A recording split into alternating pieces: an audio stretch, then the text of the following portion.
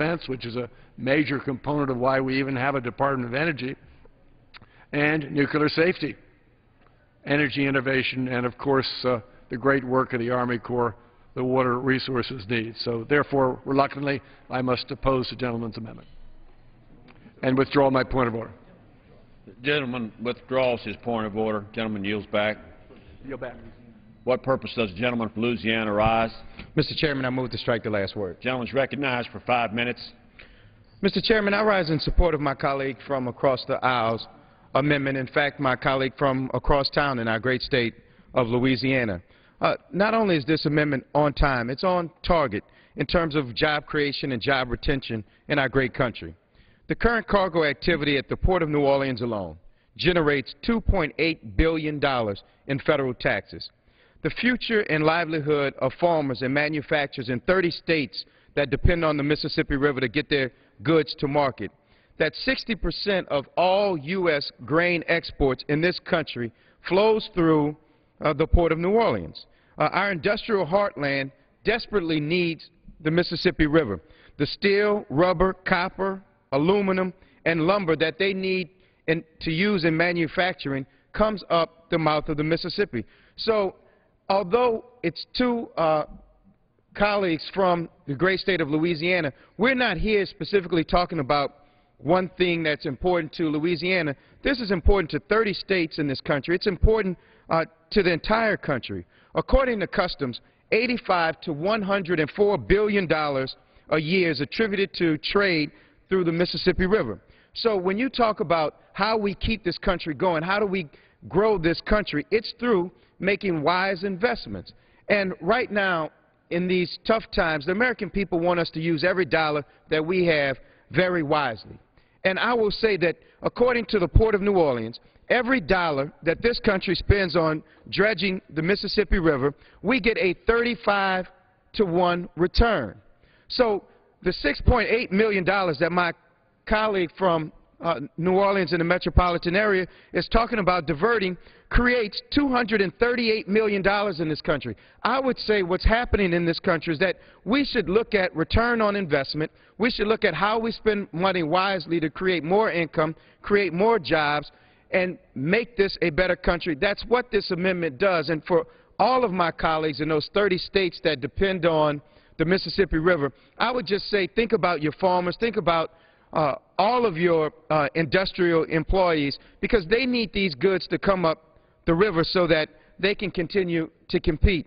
I will just tell you that if you look at a Panamax vessel, the 5 feet of draft, the difference it would make if we don't draft the Mississippi River, would cost us $3.2 million per voyage. That makes us non-competitive in the world. So they can get their grain from the United States, or they can go to Brazil to get their grain. And I would just suggest, Mr. Chairman, if they start going to Brazil to get their grain, then they will never come back to the great country that we live in. So we have to use our money wisely. I think this is a very prudent use of $6.8 million, and that the American people, if they knew they could spend $6.8 million to generate $238 million, everybody would support it. And that would be the reason why I would ask my colleagues to support it. And, Mr. Chairman, I'll yield back the balance of my time. The gentleman from Louisiana yields back his time. The question is on the amendment offered by the gentleman from Louisiana. Those in favor say aye. Those opposed, no. In the opinion of the chair, the noes have it. The gentleman from Louisiana. Mr. Chairman, I'd ask for a recorded vote. Pursuant to Clause 6 of Rule 18, further proceedings on the amendment offered by the gentleman from Louisiana will be postponed. What purpose does the gentleman from New York rise? Chairman, I have an amendment at the desk. Clerk will report the amendment. Amendment offered by Mr. Bishop of New York, page 6, line 6.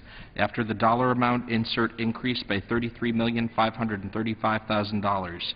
Page 24, line 18. After the dollar amount, insert reduced by $33,535,000. Gentleman from New York is.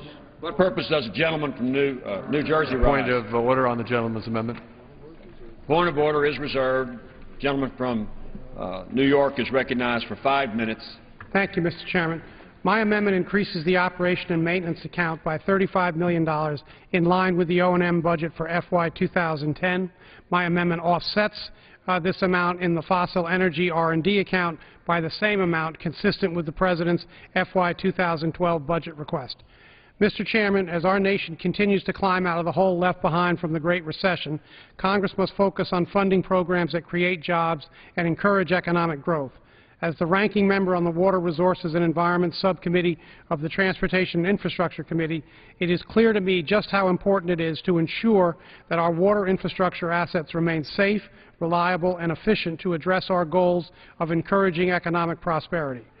Over the past few years, my subcommittee has held hearing after hearing on the declining condition of our nation's water transportation corridors, our levees and flood walls, and our nation's wastewater infrastructure. Countless witnesses have told us that our water-related infrastructure is on the brink of failure, and they have specifically warned how the effects of such a failure would devastate our health, safety, prosperity, and quality of life. In just the past decade, the Corps has had multiple emergency closures of navigation locks on almost every major river system to address infrastructure deterioration. These unscheduled closures result in significant impacts to the movement of goods and services, and as well as impact shippers and customers alike in terms of higher costs. Similarly, the lack of available maintenance dredging funding has resulted in reduced depths at many major port facilities and has all but passed over the dredging needs of smaller ports, such as Lake Montauk Harbor and Shinnecock Inlet in my district of eastern Long Island. Our nation's ports handle 2.5 billion tons of domestic and international cargo annually.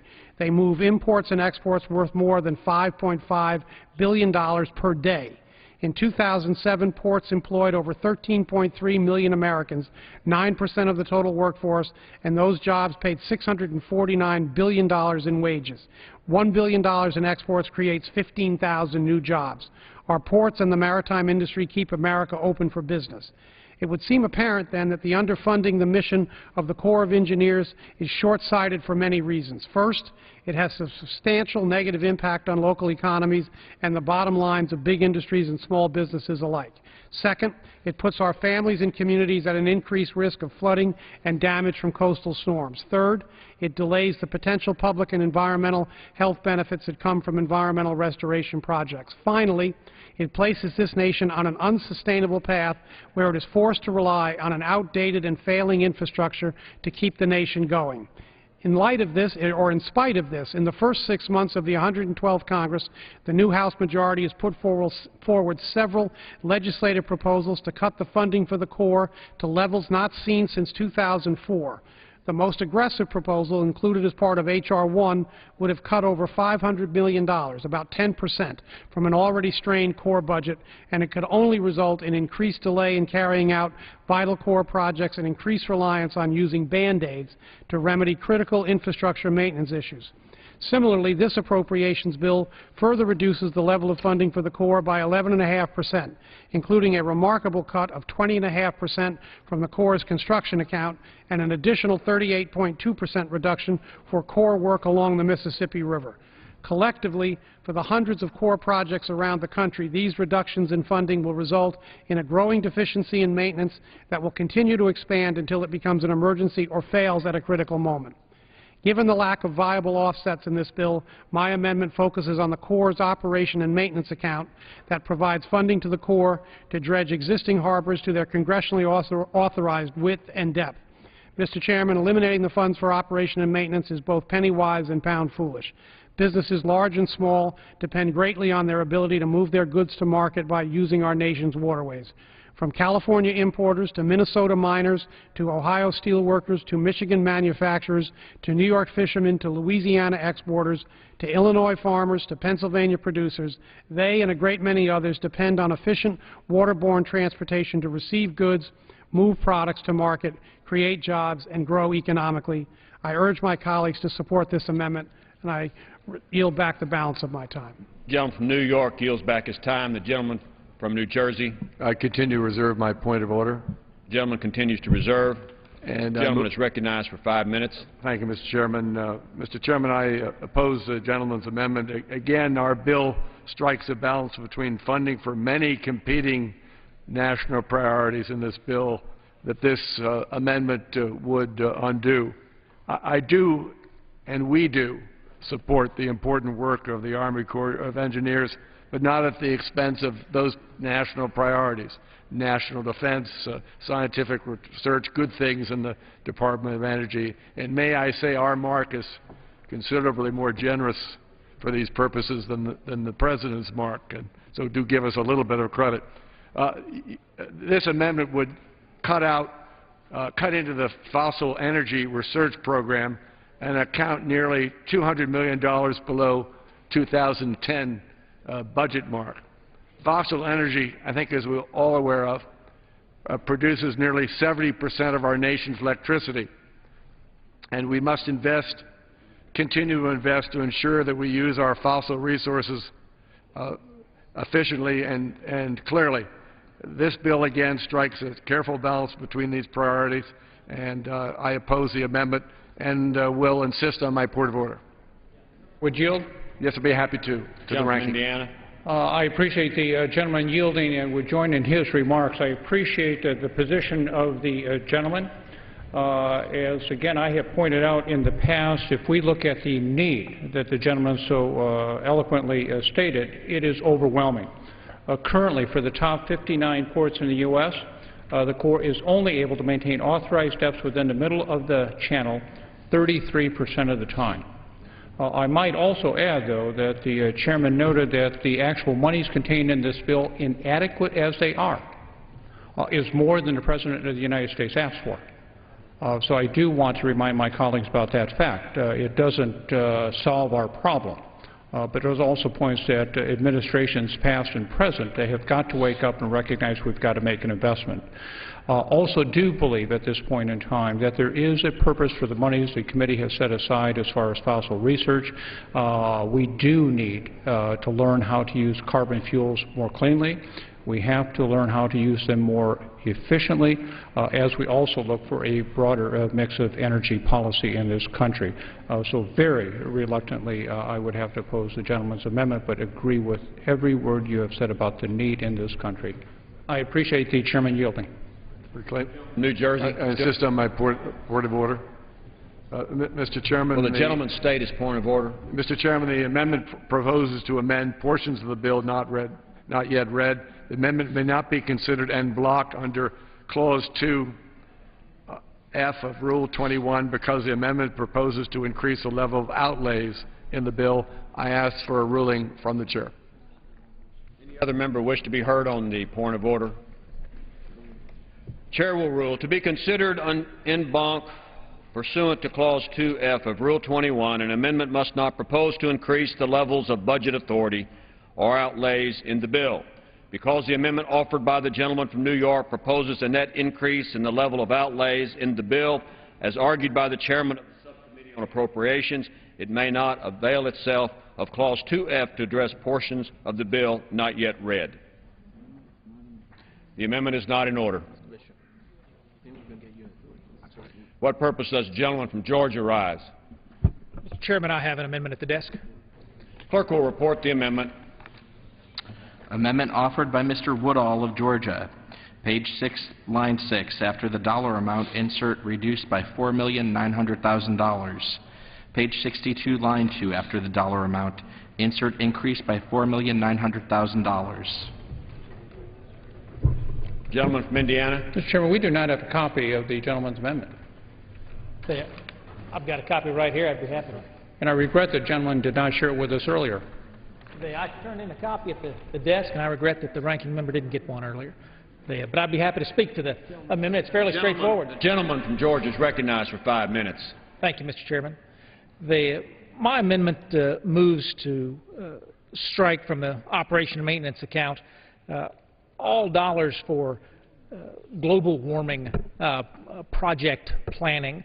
I know the committee put a lot of effort into this particular section of the bill, plussing it up almost $1 million over 2011 levels, up $52 million from FY12 requests. And I come from a county, my primary county, Mr. Chairman, depends entirely on a core water project for all of our drinking water, not to mention recreation and economic development and on and on and on. So I'm very interested in seeing the Corps succeed. What I'm concerned about is those silos that are being created in government today, Mr. Chairman.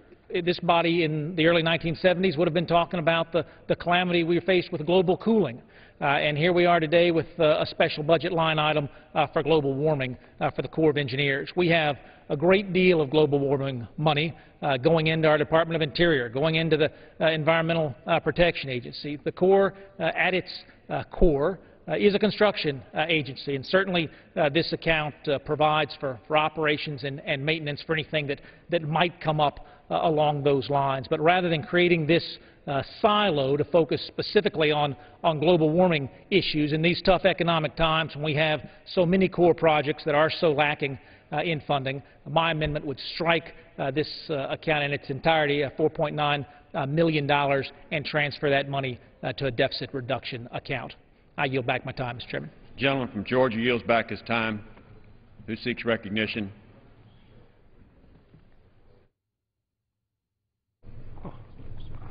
Can I get a minute on this, if you get a chance?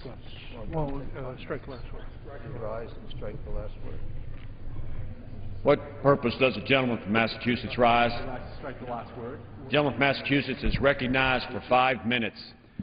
I thank the gentleman. And I rise in opposition to this amendment.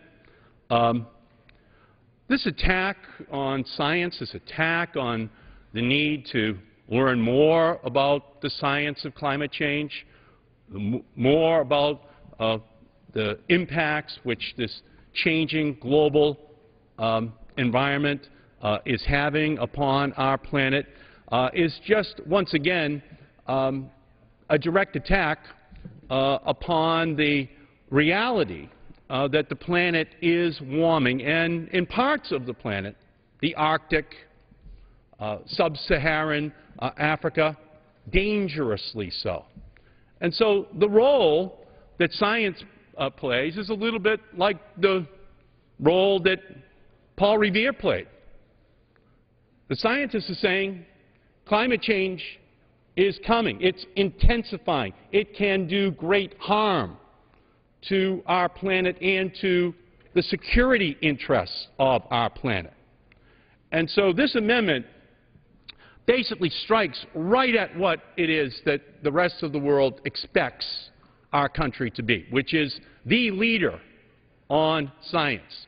And if we look at it in the totality of the energy part of this bill that we're considering today, where they cut the funding for solar, for wind, for energy efficiency, for geothermal, for biomass, for plug-in hybrids, for all-electric vehicles, it's all part of a pattern where they slash the budgets for those programs that can help to deal with the impacts of global warming. By the way, in this same bill, increasing the budget for oil and coal and gas, that which is creating this global warming, the man-made gases that we know are dangerously warming the planet. So the green generation, the young people in our country, they look on at this debate and they say, how can the Republicans cut wind and solar in the same budget that they are then going to defund the studies that basically help us to forecast, to deal with, to analyze the impact of global warming and climate warming on our planet. So I urge a no vote, and I yield to the gentleman from Indiana. I appreciate the gentleman yielding and would join in his objection to the amendment that is offered. I happen to believe that we have climate change. Others will debate that, and I would set aside that debate for the moment and simply recognize the obvious, and that is we have had significant variations in weather patterns in the United States of America. We have had horrific flooding in the Midwest during this past year, and that flooding has huge impacts on the reservoirs that are managed by the Army Corps of Engineers. I think it is not correct public policy to not proceed with the study as to how climate and weather patterns affect those very important core projects, and appreciate the chairman rising in objection. As a matter of fact, Gentleman from Massachusetts controls the time. Excuse me? I thank the gentleman. Or I'll Is there strike the objection? requisite. Gentleman's recognized for additional 1 minute. I thank the gentleman. I yield to the I gentleman want from to tell the Washington gentleman, State. I held hearings when I was chairman of the Interior and Environment Appropriations Subcommittee, brought in the federal agencies, and every one of them testified that they could already see signs of the effects of climate change. One was a longer fire season. One was more drought. One was more variations in weather, and most importantly to the Corps of Engineers, that the seas are rising at a rate more rapidly than at any time in the last 3,000 years. Now, this is serious stuff that affects the planet. I'm glad the gentleman who chaired the committee on this took time to be here, and I yield back. I thank the gentleman. We've had 11 3- and 4-star generals and admirals testify that we need a national intelligence assessment of the defense implications of global warming around the planet. And we have done that for the Pentagon. We have done that for the National Security Agency at their request. They believe it's real. They believe it has real implications for the defense of our country where we might have to project force. The same thing is true domestically, however. The same thing is true in terms of how we have to protect our own people because of rising rivers, because of increased drought, because of the melting of the Arctic, because villages are falling into the ocean up in Alaska because of the melting tundra. These are things that affect us here in the United States today. And to say, no, we're going to defund all aspects of that is a mistake. I yield again to the gentleman from Washington I move State. to strike the requisite number of words. The gentleman is recognized for 5 minutes. Yeah, the gentleman would yield. There also is another aspect of this that some people don't recognize, and that is ocean acidification, which is upon us. A significant amount of carbon dioxide goes into the oceans. And that's why getting a handle on this and trying to control CO2 emissions is so very important. And when it goes into the ocean, it has a negative effect on coral. It has a negative effect on oysters. It has a negative effect with anything in a shell. In fact, there's the phytoplankton, which is one of the crucial elements for salmon, 60% of the food for salmon. If the acidity rate gets as high, the pH rate drops, and the acidity goes up, those fish will be adversely affected. So I want to yield to the gentleman from Massachusetts, and then I'll yield to the gentleman. I thank the gentleman. I thank the gentleman. So this is science. This is undeniable. This is what the green generation keeps screaming at our generation. Are you going to do anything about it? Are you going to put a plan in place to deal with it?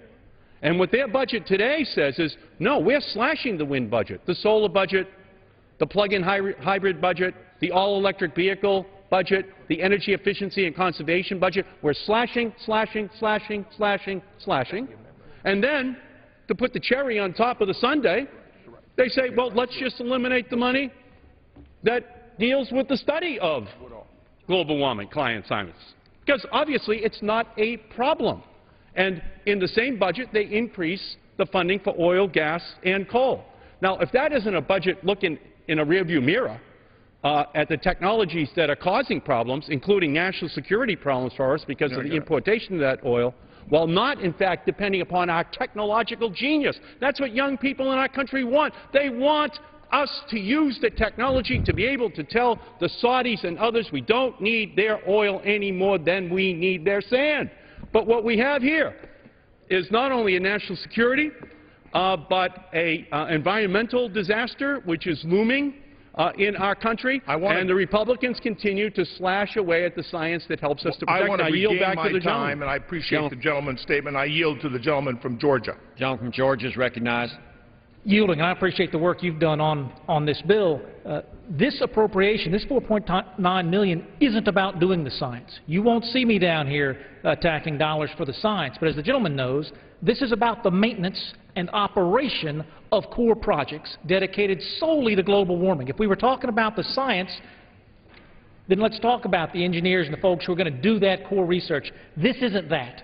This is just like the bricks and mortar operation and maintenance that goes on for every core project in my district and every other core project across the country, but just put in a global warming silo. And I'm concerned that the visceral reaction that even a discussion of operation and maintenance brings up demonstrates why silos of this kind do more harm than good, and I thank the gentleman for yielding. Gentleman, Yes, I yield to the gentleman I from thank the gentleman. Massachusetts. This item is response to climate change at Army Corps projects. Response to climate change.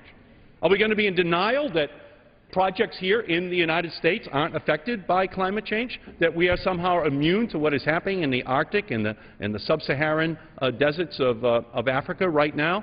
No, we are not. And so this amendment is just a continuation of this same attack that the whole bill is, in fact, the gentleman yield back. Aimed at achieving. I'd be glad to yield back. And what I worry about is how many of our people live on the coast of this country who could be directly impacted by rising sea levels. And the seas have gone up more rapidly in this last 50 years than it has in the last 3,000 years. I mean, somebody's got to take this seriously. Obviously, there are some on the other side who are in denial. The gentleman said it quite correctly. They don't believe that this is real. It is real. Will the gentleman yield? I yield. We just had a debate on the Everglades. The Everglades is a perfect example of where over the next 20 to 50 years, climate change is going to have a profound impact on an entire state. And this amendment is just part of the denial, as is the evisceration, the annihilation of the wind and solar and all-electric vehicle budget that is being cut out of this bill as well. If they don't take into account Corps of Engineer projects on the possibilities that the seas are going to rise, I mean, this could be catastrophic. It could be another Katrina. I thank the gentleman. Gentleman's time has expired. The question is on the amendment offered by the gentleman from Georgia. Those in favor say aye. Those opposed, no. No. In the opinion of the chair, the noes have it. Gentleman from Georgia. Ask for a recorded vote. Yes, sir. Pursuant to Clause 6 of Rule 18, further proceedings on the amendment offered by the gentleman from Georgia will be postponed. What purpose does the gentleman from Connecticut rise? Clerk will report the amendment. Amendment offered by Mr. Courtney of Connecticut, page 7, line 15. Insert before the period at the end, provided further that in addition there is appropriated $808 million, which shall be derived from the Harbor Maintenance Trust Fund. What purpose does the gentleman from New Jersey rise? I reserve a point of order on the gentleman's amendment. Point of order is reserved. The gentleman from Connecticut is recognized for 5 minutes. Thank you, Mr. Chairman. Mr. Chairman, this amendment is simple. It would increase the Army Corps of Engineers operations and maintenance budget by $808 million in 2012. This number is not a random number that is just picked out of the air, Mr. Chairman. This number represents the difference between the tax revenue collected through the harbor maintenance tax and the amount of money that's actually being spent out of the Harbor Maintenance Trust Fund for the purpose of maintaining dredging in America's harbors. Again, for some listeners, it might be helpful to understand that in 1986, the Congress passed a harbor maintenance tax, which is a tax, it's really a user fee, on imported goods coming into America's harbors all across this country, East Coast, West Coast, again, all across the coastlines of the United States of America. And the purpose of that tax was to create a fund to dredge harbors so that we would have passable waterways that, again, we have heard over and over this afternoon is good for the U.S. economy. What's happened since 1986 is that the revenue collected through the harbor maintenance tax has gone up at a steady rate. It's gone up 13% just in the last year because there's a lot more imported goods coming into this country. But the funding for actual dredging has been plateaued. It has been at a level pace, so that today we have a budget which calls for using only 53% of the harbor maintenance taxes collected for the purposes of dredging America's harbors. This would be like having only 53% of our gas taxes being spent on surface transportation in this country. If motorists saw only 53% of gas taxes being actually used to maintain roads in this country, there'd be a revolution, because there is, again, a promise in terms of federal gas taxes that it will be used to maintain surface transportation. Well, that was the equivalent idea under the harbor maintenance tax passed in 1986, that it would be used to invest and reinvest in America's harbors. So because we are in fact diverting year in and year out hundreds of millions of dollars out of the harbor maintenance tax away from its intended purpose, we have what we've seen here this afternoon. We've heard from members from Massachusetts, from New York, Louisiana, New Jersey, South Carolina. I can chime in from Connecticut. We've got about $113 million of dredging that is underfunded from Bridgeport all the way to Stonington. And I know the gentleman from New Jersey is familiar with the fact that we are on the silty side of Long Island Sound, where, again, we have a Navy base which requires dredging to keep our attack submarines going in and out of New London. But we also have a maritime economy that depends on having these federal waterways dredged. And the budget that we're going to be passing this year, whether it's the President's budget or whether it's the one that the subcommittee has reported out, is clearly inadequate in terms of making sure that our waterways are passable. And as we've heard from other members, because of the increase in terms of imports, whether we pass these new free trade agreements or not, the expansion of the Panama Canal is going to double the amount of imports brought in by sea to this country, and we have a system that is clearly inadequate in terms of dealing with that challenge. Now, there is legislation pending before the Congress. I'm a co-sponsor with Mr. Bustani from Louisiana. It's called the RAMP Act. That's an acronym for Restore America's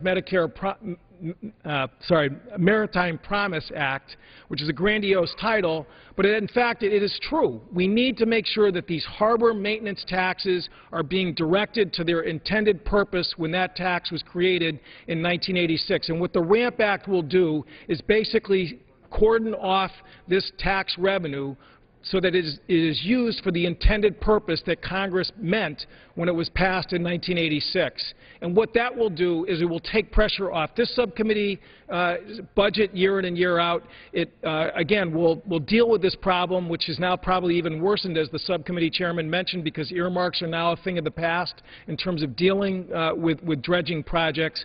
What it will do is create a stable flow of money into the Army Corps of Engineers Harbor Maintenance Dredging Fund, so that all these projects that we've heard about this afternoon, again, from one end of the country to the other, are actually going to be paid for. We have over 100 bipartisan co-sponsors. The Transportation Committee had a hearing this past Friday, and it does appear from Mr. Mica that they are going to move forward in terms of adopting the RAMP Act as part of the Transportation Authorization Bill. This amendment, again, puts the spotlight on the fact that only 53% of the harbor maintenance tax revenue is being used for its intended purpose, and that is the reason why I've offered this amendment. I suspect it will be subject to a point of order, but again, I think it's important for people to realize there is a way out of this problem that we face as a nation, and it's to pass the RAMP Act. Thank you, Mr. Chairman. The gentleman's time has expired. Gentleman from New Jersey. I move to strike the last word. The gentleman reserve is Yes, he does. Yes, I do. Gentleman is now recognized for 5 minutes. Mr. Chairman, while I strongly support the gentleman from Connecticut's overall intent, I must regretfully oppose his amendment. Mr. Chairman, I share my colleagues' concern for sufficiently maintaining our waterways. These waterways contribute significantly to our national economy by providing a means of cost-effective cargo transportation. In recognition of the economic benefits of navigation generally and the maintenance of dredging specifically, the bill before us does provide funds above the President's budget request for navigation needs, $191 million in total and $99 specifically for the operation and maintenance activities. This funding represents a 12% increase over the President's own budget for navigation.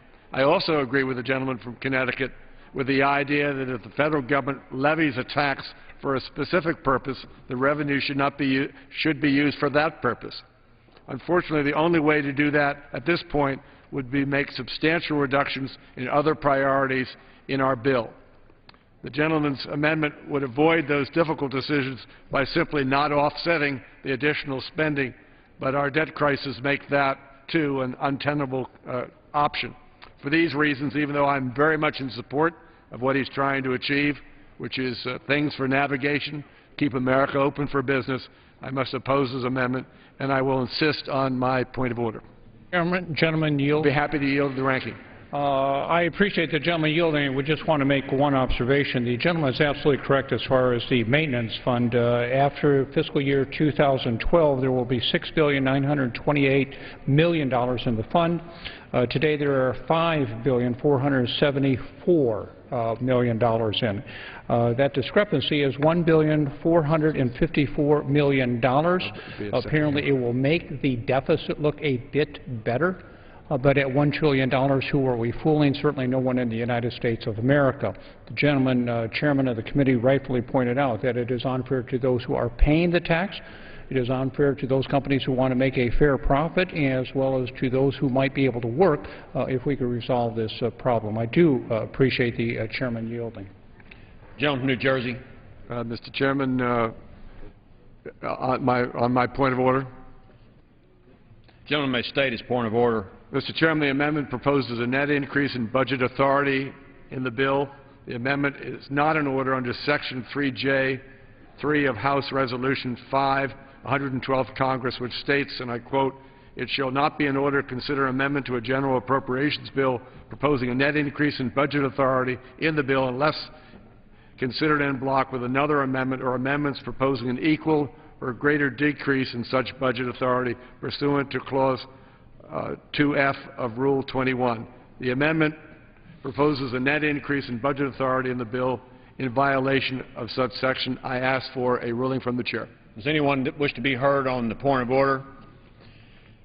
The gentleman from New Jersey makes a point of order that the amendment offered by the gentleman from Connecticut violates Section 3J3 of House Resolution 5. Section 3J3 establishes a point of order against an amendment proposing a net increase in budget authority in the pending bill. As persuasively asserted by the gentleman from New Jersey, the amendment proposes a net increase in budget authority in the bill. Therefore, the point of order is sustained. The amendment is not in order. The clerk will read. Page 7, line 16, regulatory program, $196 million. Formerly utilized sites remedial action program, $109 million. Flood control and coastal emergencies, $27 million. Expenses, $185 million. Office of the Assistant Secretary of the Army for Civil Works, $5 million. Administrative provision, the revolving fund shall be available during the current fiscal year for purchase of passenger motor vehicles. General provisions, Corps of Engineers, Civil. Section 101, none of the funds shall be available through a reprogramming of funds that creates or initiates a new program. Section 102, none of the funds shall be used to implement any pending or future competitive sourcing. The gentleman from Texas state his amendment. Thank you very much, Mr. Chairman. Mr. Chairman, over the last few weeks, the House has voted. The gentleman will suspend. The clerk will report the amendment. Amendment offered by Mr. Sessions of Texas. Strike Section 102. The gentleman is recognized for 5 minutes. Thank you, Mr. Chairman. Mr. Chairman, over the last few weeks, the House has voted 3 times in favor of striking problematic and anti-competitive A76 language from H.R. 2017, the Department of Homeland Security Appropriations Bill, and from H.R. 2112, the Agricultural Appropriations Bill. And last week from H.R. 2219, the Department of Defense Appropriations Bill.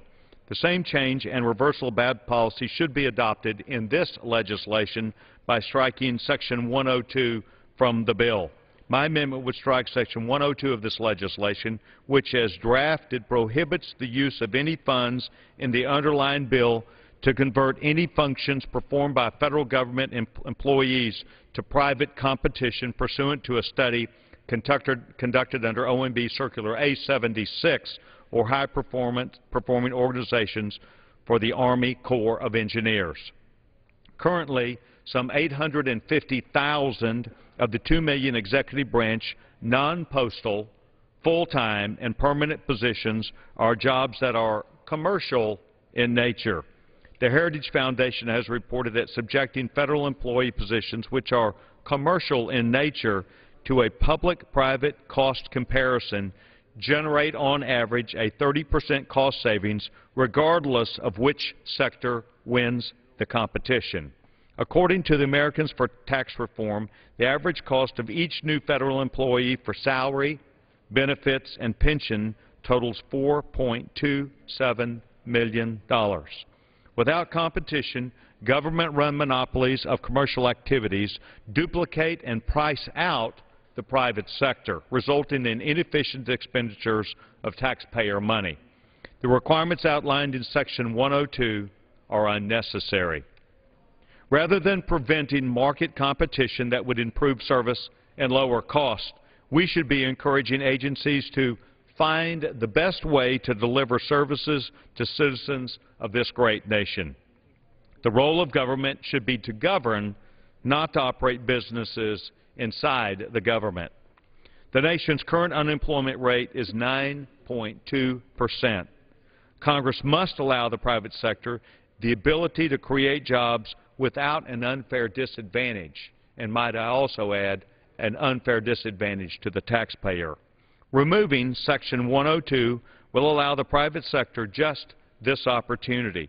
If competition is deemed fair, it really doesn't matter who wins. As long as both sides are allowed equal opportunity, the taxpayer should be, and I believe would be, the ultimate winner. I urge all of my colleagues to support this common sense, taxpayer First Amendment, and to ensure cost savings competition is available. I thank you, Mr. Chairman, and I yield back my time. Gentleman from Texas yields back his time. Gentleman from Indiana. Move to strike the last word. Gentleman is recognized for 5 minutes. Chairman, I rise in strong opposition to the gentleman's amendment. The gentleman's amendment would strike Section 102 of the bill, a provision that prohibits the use of the circular A-76 privatization process and high-performing organization process for the Army Corps of Engineers. This is a debate that we have had before. This provision enjoys support from both sides of the aisle and has been included in this bill in every year since fiscal year 2008. This provision was originally included to stop an effort to privatize the operation, maintenance, and repair of locks and dams. The importance of locks and dams to our nation's economy cannot be understated, and any failure to ensure that the nation's waterways remain safe and navigable would cripple the economy. These operators and mechanics make vital decisions affecting life, liberty, and property of private persons, thus rendering their workload inappropriate for contractor performance. Further, no reasonable argument has been made that the locks and dams are overstaffed. Additionally, the Corps undertook a privatization study for their IT personnel in 2004. After an expensive and seriously disruptive 3-year study, the results came back as an in-house win. In general, the circular is profoundly flawed. Both the Government Accountability Office and the Department of Defense Inspector General have reported that agencies are constantly unable to demonstrate that A-76 studies result in savings, and energy agencies fail to consider the significant costs of conducting such studies. There is nothing wrong with attempts to look for efficiencies in the federal workforce. That certainly is clear. But when describing A-76 processes, I often think of a phrase often uttered by other colleagues, that dog won't hunt. We need to stop wasting millions of dollars on these expensive competitions that time and again show government employees are a less expensive alternative, and I would urge all of my colleagues to vote no. Gentleman yield back his time. Gentleman yields back. The gentleman from New Jersey is recognized. Mr. Chairman, I rise in support of the gentleman from Texas's amendment. The gentleman is recognized for 5 minutes. His amendment will allow the Corps to use the A-76 process at its discretion. It will not require that anything in particular be contracted out. I agree with the gentleman that, particularly during this time of necessary budget cutting, we should allow the agencies to evaluate all options and to choose the most cost-effective manner in delivering a product or service. The language to be struck is a carryover provision from several years ago, when there was perhaps too much of an emphasis placed on the A76 process. We're not in the same situation as several years ago, as we know. So the provision is unnecessarily restrictive. Therefore, I strongly support the amendment. Gentleman yields back his time. Question is on the amendment offered by the gentleman from Texas, Mr. Sessions. All in favor say aye. Aye. Those opposed, no. In the opinion of the chair, the noes have it. The gentleman from Texas. Mr. Chairman, for that I ask for the yeas and nays. Does the gentleman ask for a recorded vote? I do ask for a recorded vote, Mr. Chairman. Pursuant to Clause 6 of Rule 18, further proceedings on the amendment offered by the gentleman from Texas will be postponed.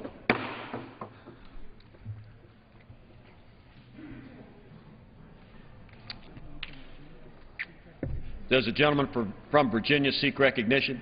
I do. I rise to strike the last word, Mr. Chairman. The gentleman is recognized for 5 minutes. Mr. Chairman, only 3% of the water on this planet is fresh water. But that's the water that we depend upon for drinking, for agriculture, for much of our fishing and wildlife habitat. If my amendment to strike Section 109 of this bill is not accepted, critical headwater and wetlands that ensure the quality and the quantity of our freshwater supply will be lost to the dumping of sewage, to toxic mining materials, to unregulated infill for residential, commercial, and industrial development. Over the past decade, Mr. Chairman, 2 Supreme Court rulings have caused confusion about which waters and wetlands should receive protection under the Clean Water Act. And as a result, important fish, wildlife, flood protection, and filtering waters now lack clear protection under the law, and businesses and regulators face uncertainty and delay as to which waters should fall under federal protection. The Corps of Engineers and the Environmental Protection Agency developed draft guidance this spring to clearly show which waters should be protected. And this guidance does provide clear, more predictable guidelines in accordance with the Court's direction. But this bill prohibits that guidance from moving forward this year and every subsequent year. The Supreme Court did remove some waters from federal protection, but it left a great deal of confusion over which waters and wetlands should be protected. EPA and the Corps of Engineers are using an open public process to develop the guidance. Published in May and open for comment through July, the public, businesses, and states have over 3 months to let the federal agency know their views. All comments will be considered and made publicly available. It's important to understand what the guidance does not do. This new guidance doesn't change any existing agricultural exemptions.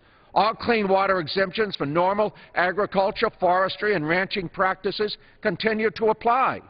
The guidance also clearly describes waters that are not regulated under the Act, including isolated wetlands, artificially irrigated areas, stock watering ponds, construction-related ponds, swimming pools, washes, and gullies.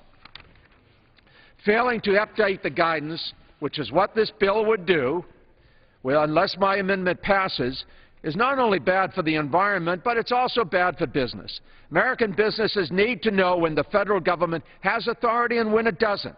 Without updated guidance, developers have little certainty regarding permits. This uncertainty could subject them to civil and criminal penalties and surely will cost them extra money.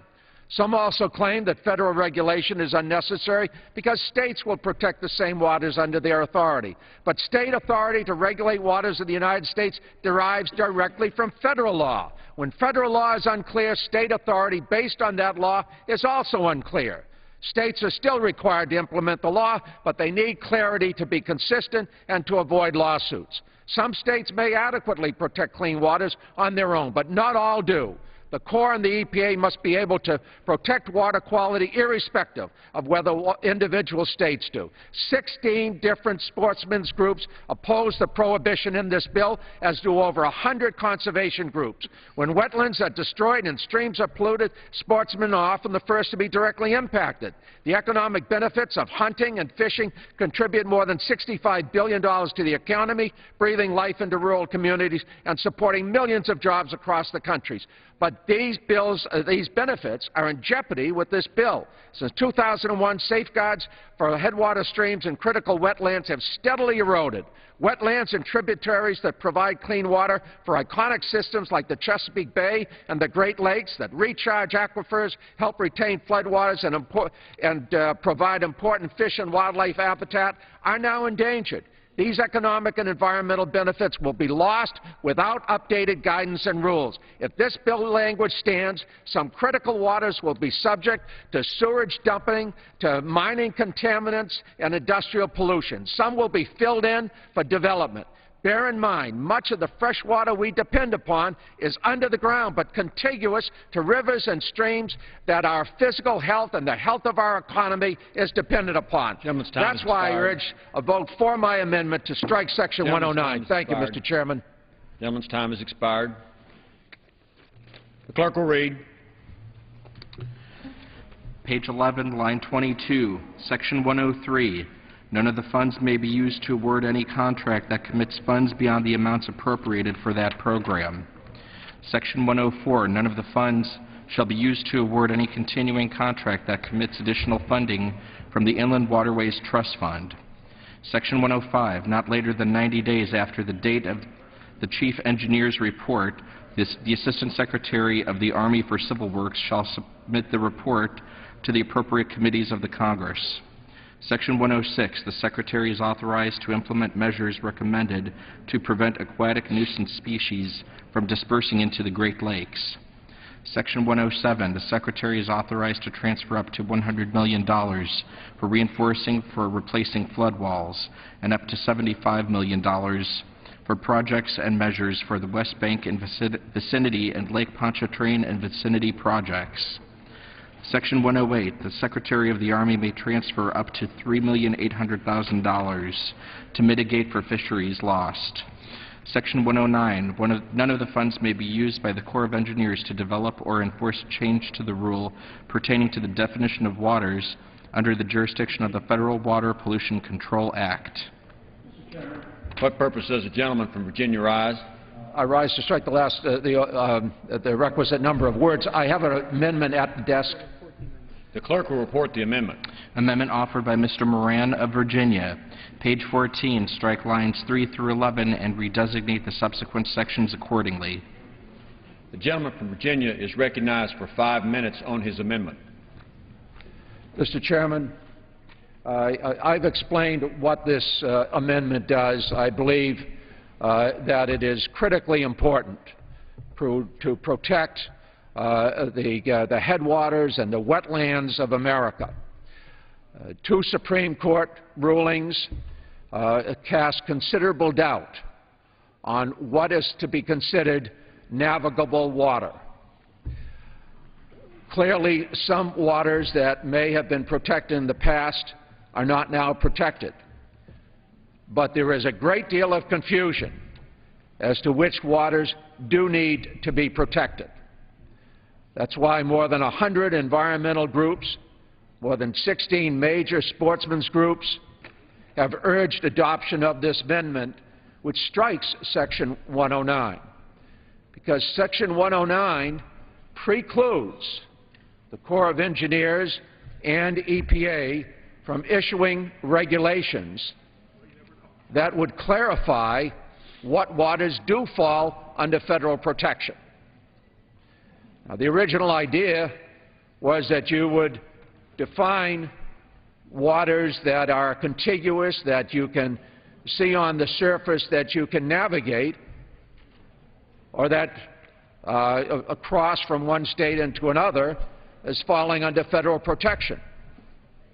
The problem is that there are a lot of waters that part of the year may run under the ground but are still contiguous and supply water to streams and to rivers that are absolutely important to our economy and to our environment.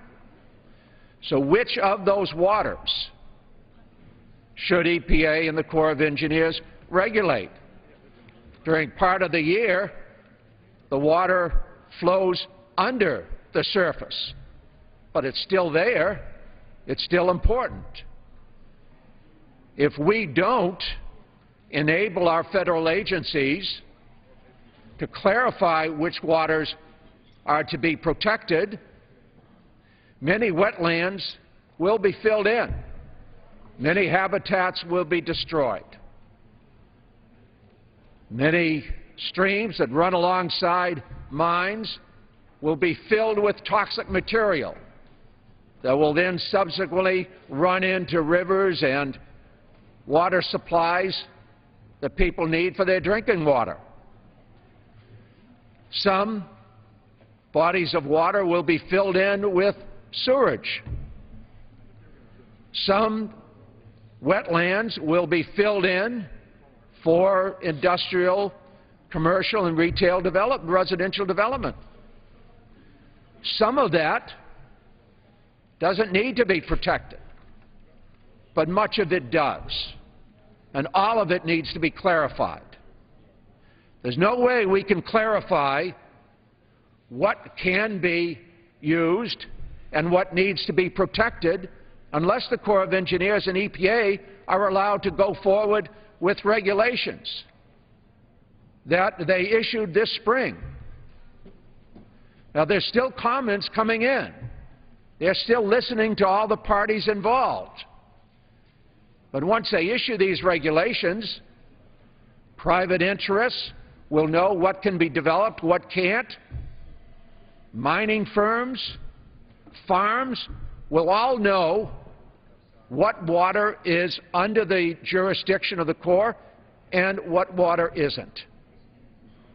I believe that was the intent of the Supreme Court. Two very important decisions, Swank and Rapanos,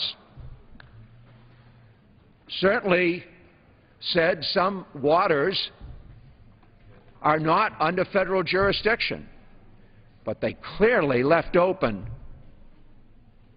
a vast amount of room for the federal government to then clarify which waters are under federal protection. So this legislation, and not only does it apply to this fiscal year, it applies to all subsequent years. This legislation is going to cast enormous doubt. It's going to generate millions of dollars of lawsuits all over the country. And that's why I oppose it, Mr. Chairman. I don't think it's in our economic interest or in our environmental interest for us not to clarify. I know that there is concern on the part of some farmers and miners and businesses. Gentleman's time has expired. But the fact is, the right thing to do is move forward and to strike Section 109 of this bill. Thank you, Mr. Chairman. Gentleman's time has expired. Purpose, does the gentleman from Montana rise? Strike the last word. Gentleman from Montana is recognized for 5 minutes. Confusion. You've heard the word confusion. There is no confusion. That pesky Supreme Court has ruled against the environmental community of America, saying you're trying to overextend your authority or the belief in the authority in the regulatory agencies. There is no confusion here. It's a private property right. When the Clean Water Act was written, as the courts have made the decision, whether it's the U.S. Supreme Court or the Fifth Circuit, they've made a determination that navigable means navigable. Thank goodness. Finally, a court that gets it, a court that understands, that makes the right decision. There is no confusion here. The confusion is that there is an element within America's society that wants to regulate all water to the detriment of private property rights. They want to make a determination that if there's a stock water pond and a duck lands on it, we get control. If there's an imminent stream, meaning it goes underground, and then occasionally when it rains too much and there's going to be moisture, we want control. This is what we're talking about in America today, overregulation. When we talk about jobs, where are the jobs? A lot of it is because of overregulation. Might I remind my colleague from Virginia, when I first got to Congress, one of the biggest issues was sewage dumped in a river. What river? The Potomac, in the dead of night, when their sewer system was full. The D.C. government took their sewage and dumped it into the Potomac. And you know what happened? We thought finally, us Western congressmen and women, that there was going to be parity, there was going to be equality, there was going to be a recognition that many of the rules and regulations were difficult. There needed to be an infrastructure bill that was going to come and clean up our waters. And what did the Virginia, Maryland, and D.C. delegates do to Congress? They got an exemption from the decision to continue to allow some of the things that were occurring in the Potomac. You want to talk about the endangered species and the bridge south of here, going across the Potomac? There was an Endangered Species Act. We Westerners said, thank God, finally, there's going to be equality, there's going to be parity. You're going to recognize that some of the things that we're having to deal with in the West just don't necessarily work as easily as you think they're going to. What did the delegates from D.C. and Virginia and Maryland do? They helped Congress and the bureaucracy turn their back on those various regulations. This is clearly understood. This is clearly defined. We don't want the federal agencies mucking around in an issue that they don't understand. This is clearly an East versus West or an urban versus rural debate. Finally, the courts have said enough is enough. You've gone too far. There's no confusion. The only confusion is they want to create confusion. They want to make an argument so they can ultimately start over-regulating one more time to the cost of our jobs, to the cost of our economy, frankly, in some cases, like in the Potomac, to the cost to our environment. Shame on them. Work with the Western colleagues to clearly understand how to manage natural resources for the betterment of the natural resource, for clean water. Let the people that have allowed us the opportunity to have the clean water to have it in the future. That's private property. That's a clear understanding of state regulations. One of the things reasons we're even going through the whole states' rights issue in the water issue and an adjudication process in places like Montana is so that we can clearly understand that it's a states' rights issue, that we better understand water, especially at the headwaters, and frankly, the downstream states are the beneficiary of the clean water that we're sending them. Don't further hamstring us. Don't tie our hands.